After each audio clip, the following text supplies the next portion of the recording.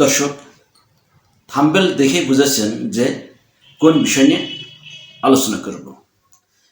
তার আগে আপনাদের কাছে অনুরোধ, অবশ্যই আমার এই চ্যানেলটি সাবস্ক্রাইব করবেন, সঙ্গে বেল বাটনটি অন করে রাখবেন। যাই হোক দর্শক, যে কথা বলছি যে বিএনপির এই দলটি বিগত 15 বছরে আওয়ামী লীগের হাতে এমন কোনো নির্যাতন নাই তাদের নেতাকর্মীরা হয়নি। বিশেষ করে তারেক জিয়া এবং খালেদা জিয়া স্পেশালভাবে তাদেরকে দুইজনকে টার্গেট করে এই দলের নেতাকর্মীদেরকে অত্যাচার জুলুম করা হয়েছে।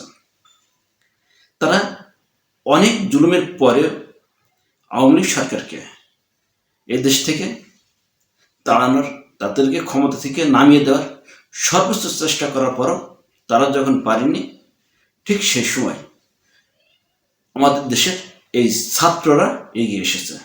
তার সঙ্গে ছাত্র জনতা মিলে, দল মিলে এই আওয়ামী লীগ সরকারকে এ দেশ থেকে শুধু ক্ষমতা থেকেই নামায়নি, তাকে এ দেশ থেকে তাড়িয়ে দিতে সমর্থন হয়েছে।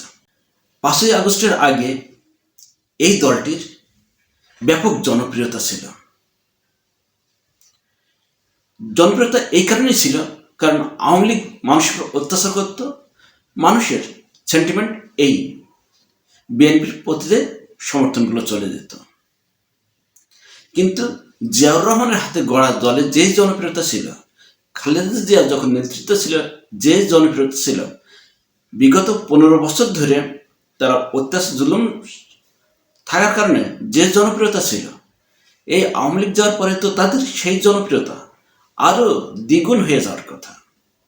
কিন্তু দর্শক, তাদের কি সেই জনপ্রিয়তা কি বেড়েছে? বাড়েনি। দেখুন, 5ই আগস্টে শেখ হাসিনা পালিয়ে যাওয়ার পরে, 5ই আগস্টে আওয়ামী লীগ এদেশ থেকে চলে যাওয়ার পরে মানুষ মনে করেছিল যে এদেশে নতুন বন্দোবস্ত হবে, নতুন ধরনের রাজনীতি কালচার চালু হবে। কিন্তু দেখা গেল কি যে বিএনপি সমস্ত কিছুতেই বাধা দিচ্ছে, সব কিছুতে ভেটো দিচ্ছে। সেটা তো একরকম ছিল, কিন্তু এখন দেখা যাচ্ছে যে বিএনপির নেতাদের মুখ থেকে ওই যে আওয়ামী লীগ যে ভাষায় কথা বলতো, ঠিক সেই ভাষায় কথা বলছে। আওয়ামী লীগ লোকেরা যে ধরনের কাজকর্ম করত, বিএনপির লোকেরাও ঠিক সেই ধরনের আচরণ করছে। এখন কথা হল, এই দলটি তাহলে এমন করছে কেন? এমন করার কারণ আমাদের দেশের সাধারণ মানুষ খুব ভালো করে বুঝবেন যে আপনি যদি একজন মানুষ যদি ছাগলের খামারে থাকে, কারণ ছাগলের শরীরে যে গন্ধ, সে যদি ওর ভিতর থেকে বের হয়ে আসে, তাহলে তার শরীরে কিন্তু ছাগলের গন্ধের মতো আসবে। যদি গরুর গোয়ালে থাকে, তাহলে গরুর গোয়ালের বা গরুর শরীরে যে গন্ধ তার শরীর দিয়ে আসবে। সে যদি মাছ চাষ করে, মাছ নাড়ে, তাহলে মাছের গন্ধ আসবে। সে যদি ভেড়া দেখভাল করে, ভেড়া যদি নাড়াচাড়া করে, তার শরীর দিয়ে ভেড়ার গন্ধ আসবে।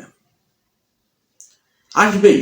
একজন মানুষ যে কাজ করবে, সেই কাজটা যখন হাতে করে নাড়াচাড়া করবে, তার শরীরে সেটা আসবে, খুব স্বাভাবিক। কিন্তু বিগত 15 বছরে তাহলে বিএনপির এসব নেতারা কি আওয়ামী লীগের ভিতর ছিল?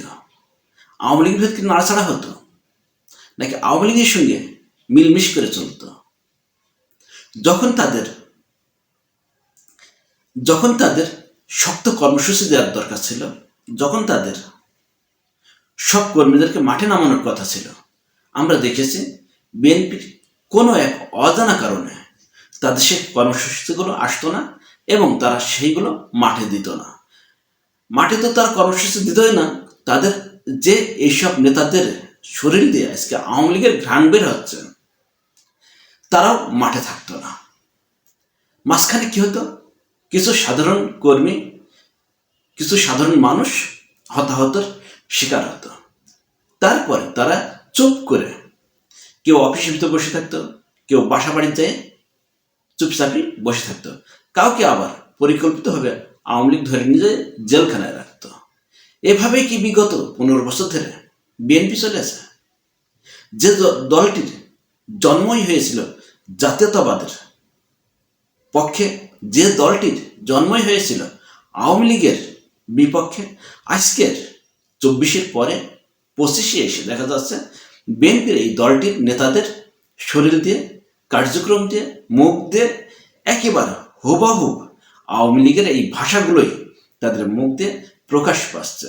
সেখানে দেখা যাচ্ছে এই দেশের মানুষ অনেকেই সন্দেহ করছে যে এদের মুখ দিয়ে তো এখন দেখা যাচ্ছে আওয়ামী লীগের ভাষায় বের হচ্ছে। এরা কি বিগত তাহলে 15 বছরে আওয়ামী লীগের হাত ধরেই ছিল, নাকি আওয়ামী লীগেরই কোলে বসেছিল?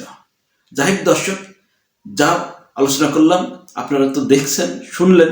যদি আমার ভিডিওগুলো ভালো লাগে তাহলে অবশ্যই অবশ্যই আমার চ্যানেলটি সাবস্ক্রাইব করবেন। আর বিএনপি সম্পর্কে আপনাদের কি কি মতামত অবশ্যই জানাবেন।